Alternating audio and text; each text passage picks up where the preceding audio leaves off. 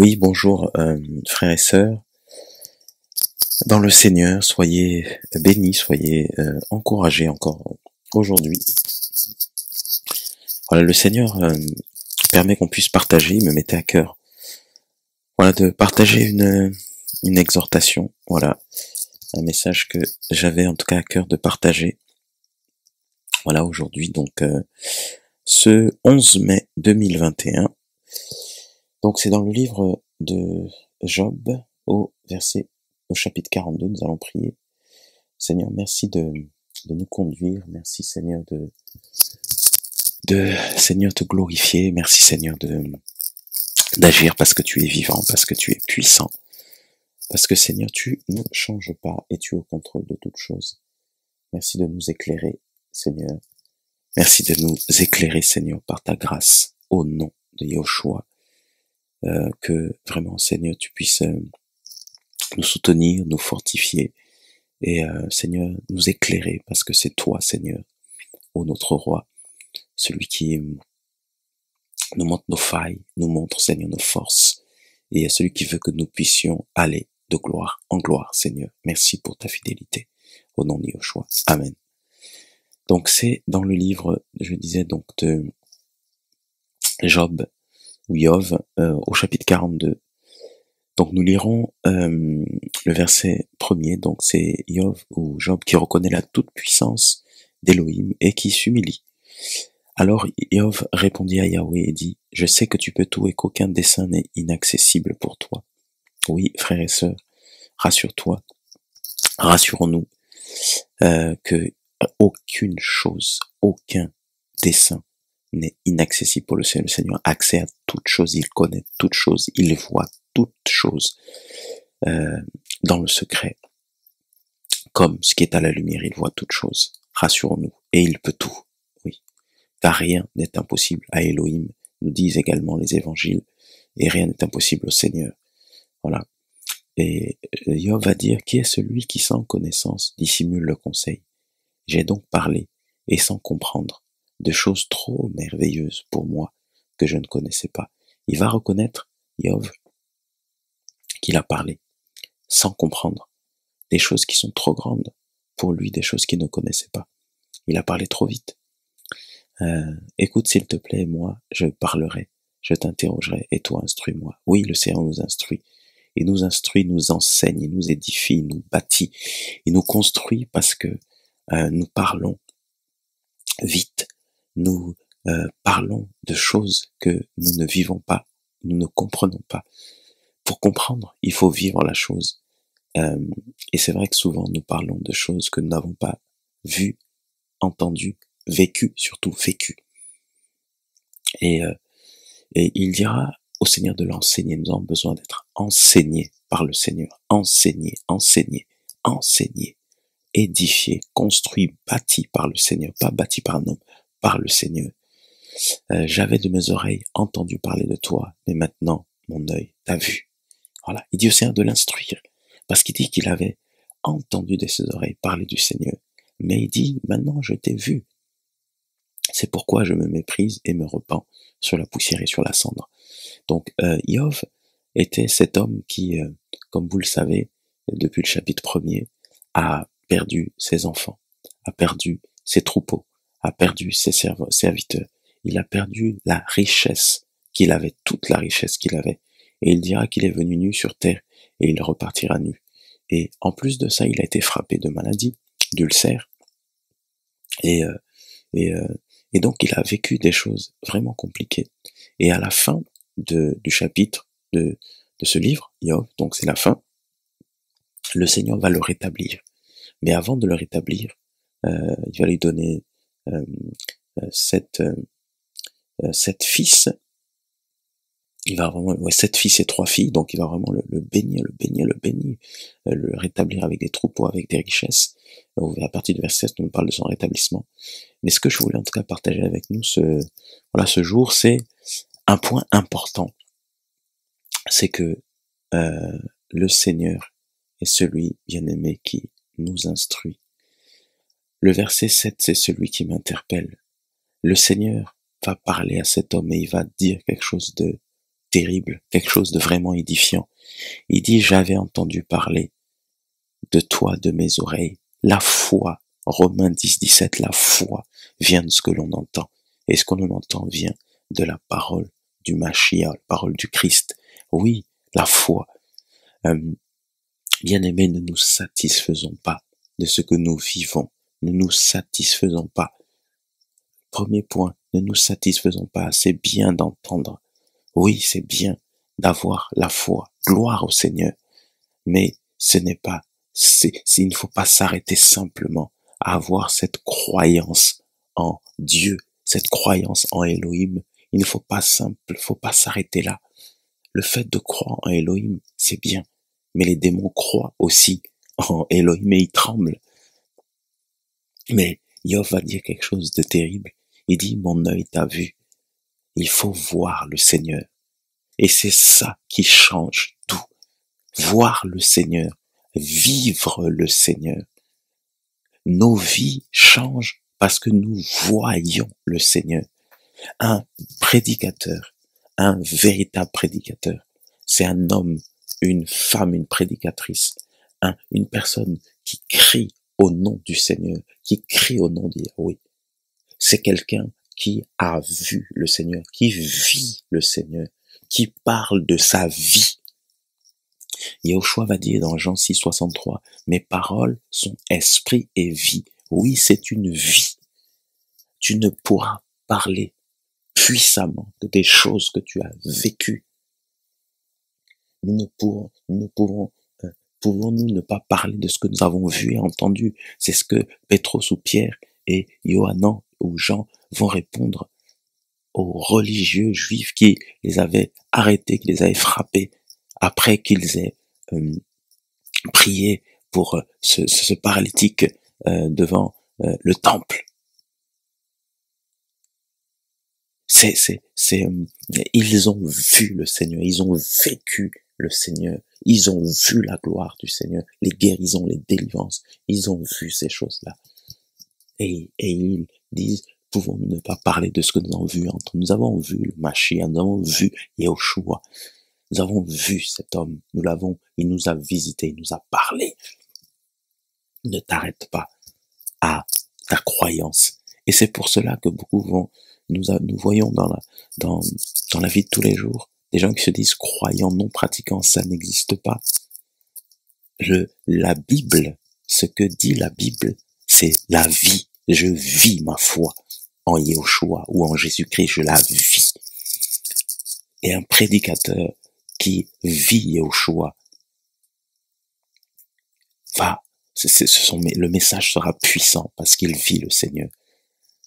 Et cet homme va dire, mon œil t'a vu. Frère, ne limitons pas cela. Ne te limite pas à entendre, mais cherche à voir le Seigneur dans ta vie.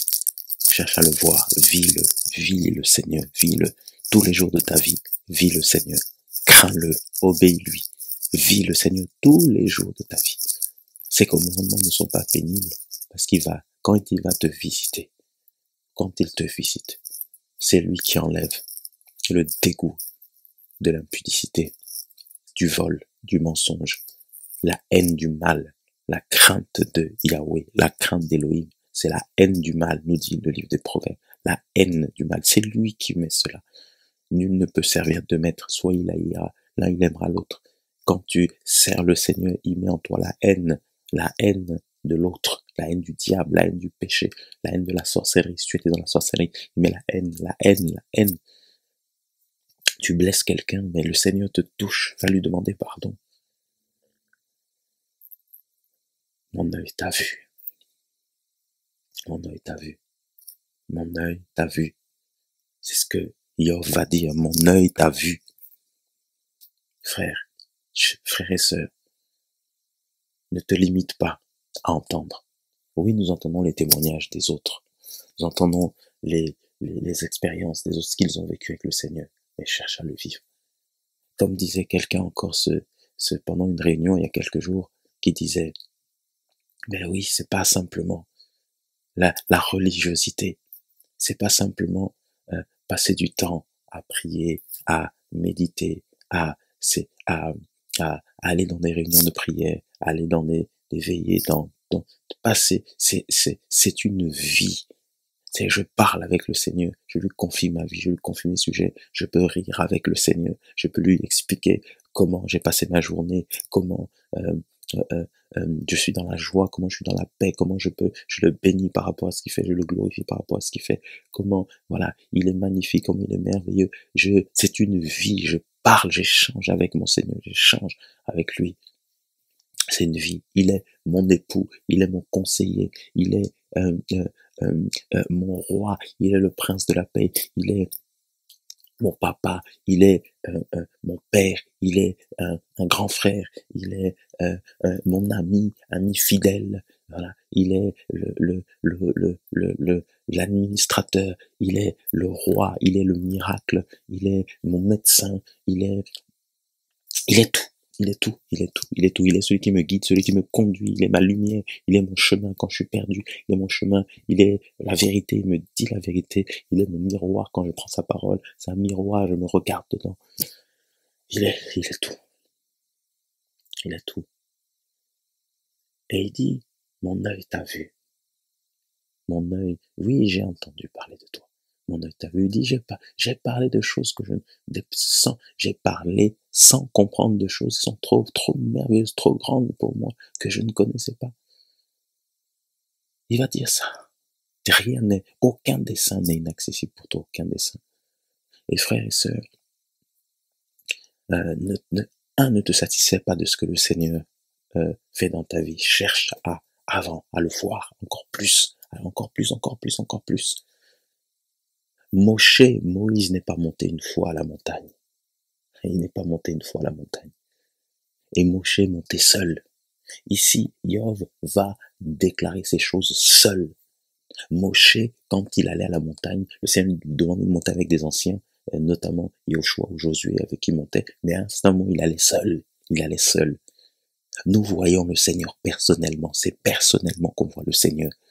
Ici, Yov n'est pas avec sa femme, il n'est pas avec ses amis, ses 3 amis qui étaient venus le voir. Il n'est pas avec, il est seul avec qui que ce soit, il est seul. Quand il déclare ces choses, il est seul. Seul. Oui, tu es seul, c'est pour voir le Seigneur. Jacob, lorsque, voilà, il va rencontrer Ésaü, son frère, et qu'il tremble, eh ben, il est seul, il est dans le livre de Genèse, il est seul, je crois, 32, 33, il est seul. Verset chapitre 33, il est seul.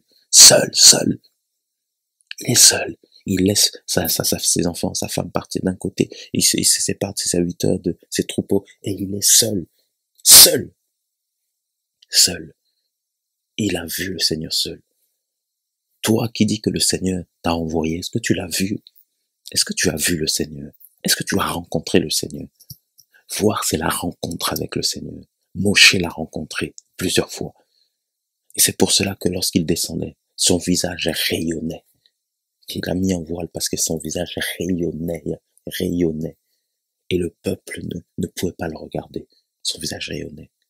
Quand le peuple a vu la montagne en feu, a vu les tonnerres, a entendu le Seigneur, le peuple a tremblé. A dit Moshe qu'il ne parle qu'avec toi. Ils ont tremblé. Ils ont vu le Seigneur. Ils ont vécu le Seigneur. Et toi qui dis que le Seigneur t'a envoyé quelque part, est-ce que tu l'as vu avant? Tu te lèves, nous nous levons des fois en disant que le Seigneur m'a envoyé à faire telle mission et nous échouons parce que nous n'avons pas vu le Seigneur, nous n'avons pas rencontré le Seigneur. Le Seigneur ne t'a pas donné le mandat, il ne t'a pas donné les clés, il ne t'a pas envoyé.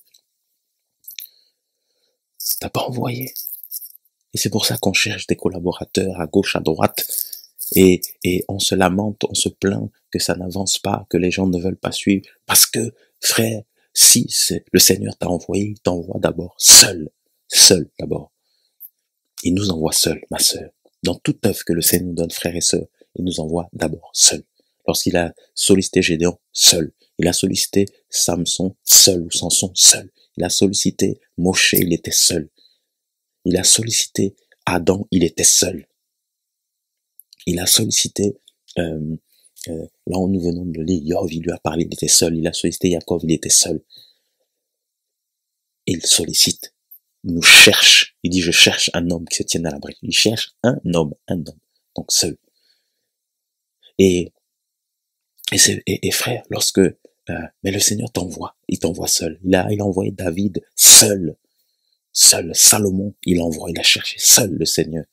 Quand il a prié pour que le Seigneur lui donne le discernement, la sagesse, il était seul à prier, seul.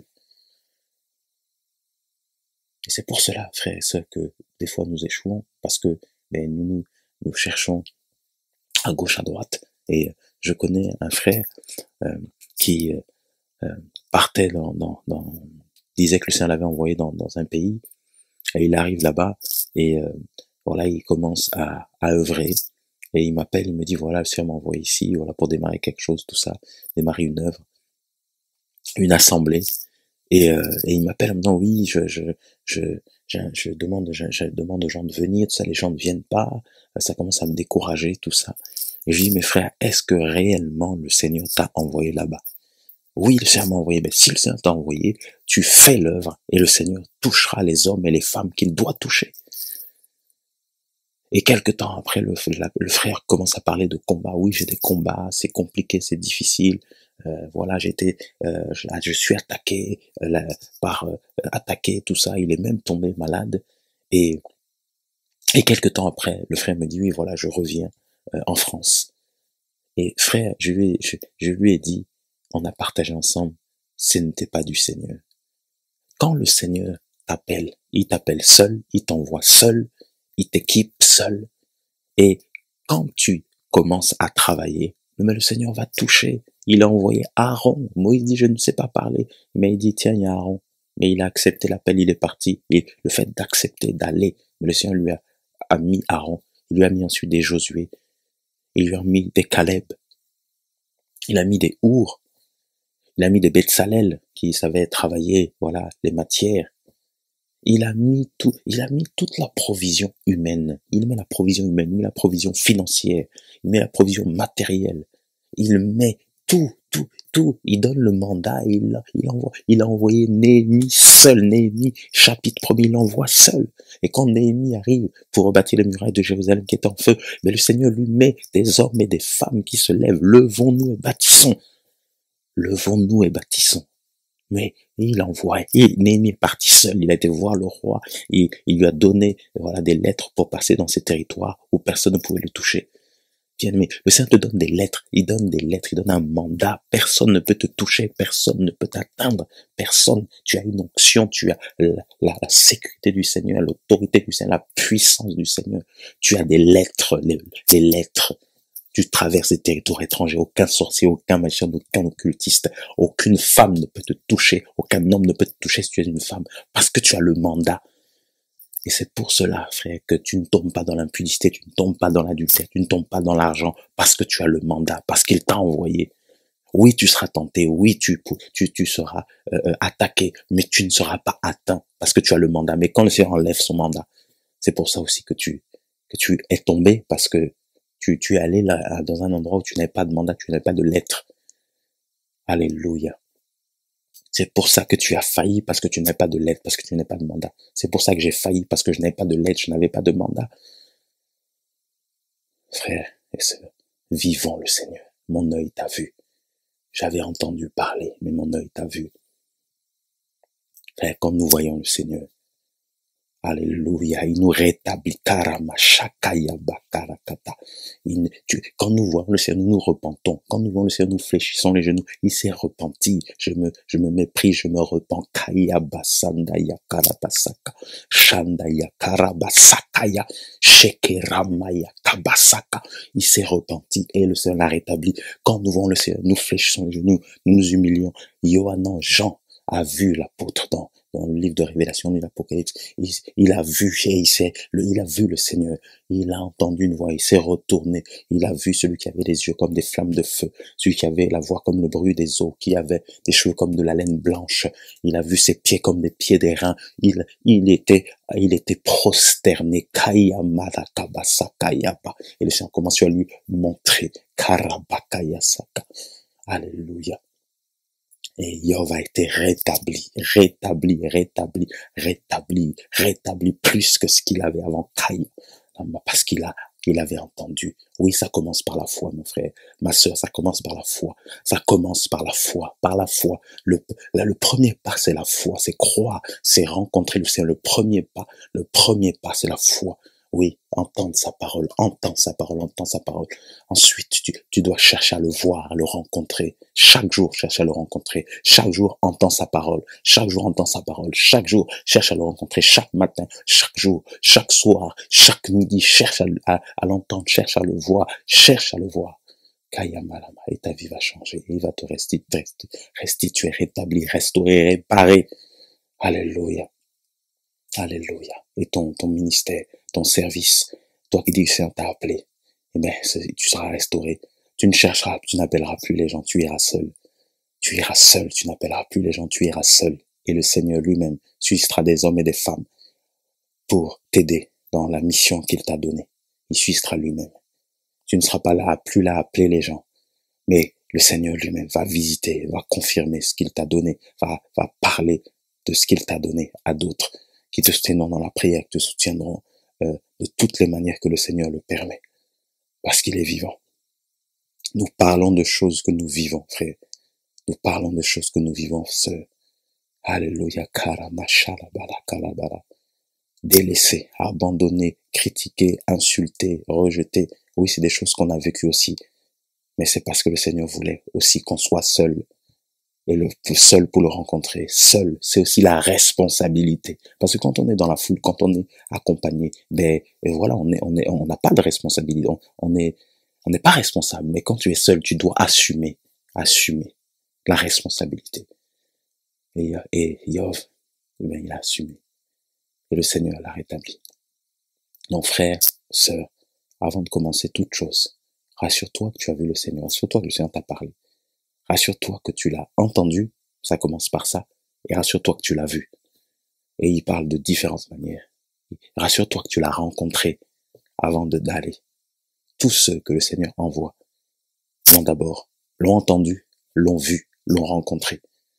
Et je ne parle pas, quand je dis voir le Seigneur ou rencontrer le Seigneur, je ne parle pas d'avoir une personne physique, de voir le Seigneur physiquement qui arrive. Le Seigneur le fait, oui, il le fait. Gloire au Seigneur s'il le fait. Mais tu vis le Seigneur. Alléluia. Et seul lui sait comment il fait. Et là, cet ange a frappé Jacob, il a rencontré la nuit. Salomon a prié, le Seigneur lui a parlé, frère. Le Seigneur parle. Tu dis, te visite dans des songes, dans des visions. Il te visite, il te voit audible. Tu lis la parole, il y a une visitation comme ça. Le Seigneur envoie ses prophètes, comme il a fait avec Samuel. Il a envoyé Samuel vers David, il a envoyé Samuel vers Saül, voilà. Il envoie ses prophètes comme ça. Il a envoyé Élie vers Élisée. Voilà. Il envoie ses serviteurs. Alléluia. L'ange est apparu à Marie. Alléluia, Myriam. Kalamasha, Kalabarasha. L'ange est apparu aussi aux parents de Samson. Voilà. Le Seigneur parle, il se manifeste, il agit. Il agit. Je me rappelle, lorsque j'ai accepté le Seigneur, dans mon adolescence, j'ai eu une vision, j'ai eu plusieurs visions, et je me voyais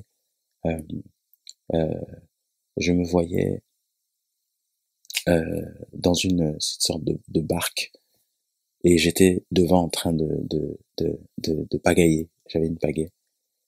Et une autre vision que j'ai eue tout au début de ma conversion, j'ai même eu peur, je me voyais dans un endroit, et j'avais un micro. Et je fermais les yeux, je venais juste d'accepter le Seigneur, je me vois avec un micro, et j'ai ouvert les yeux, tout ça m'a tellement fait peur, j'ai ouvert les yeux, mais c'est quoi ça? Oui, le Seigneur parle. Et c'était tout au début de ma conversion, quelques jours, quelques semaines.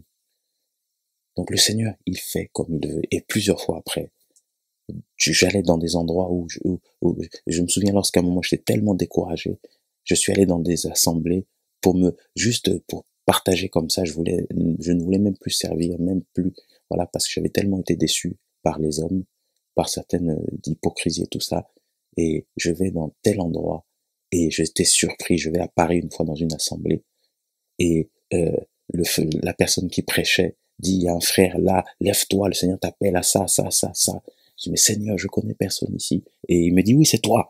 Je vais dans une assemblée à Nantes, la personne qui prêchait dit, oui, il y a un frère ici. Oui, c'est toi. Je dis, mais Seigneur, mais et je vais dans notre endroit. Oui, le Seigneur, je vois ça, je vois ça. Je dis, mais Seigneur, je venais pas pour ça. Oui, frère, quand le Seigneur t'appelle, tu peux pas te cacher. Même si tu refuses, tu peux pas te cacher. Et ça a simplement confirmé. Plusieurs fois, ça a simplement confirmé ce que le Seigneur m'avait montré il y a quelques années. Maintenant, quand le Seigneur te montre, il te montre aussi tes limites. Voilà. Ne va pas au-delà de tes limites, va là où le Seigneur t'envoie. Ne va pas là où le Seigneur t'a pas envoyé, sinon tu mourras. Spirituellement, tu vas sécher et tu vas tomber. Voilà, c'était une courte exhortation, que le Seigneur soit béni, vraiment cherchons à le voir. Seigneur, merci pour ta fidélité, merci pour ta grâce, et merci parce que tu es bon. Seigneur, aide-nous à ne pas nous satisfaire de ce que nous avons. Gloire au Seigneur. Si nous t'avons entendu, gloire au Seigneur. Mais Père, tu ne cherches pas des hommes qui sont religieux, oh roi, qui sont pharisiens, Seigneur.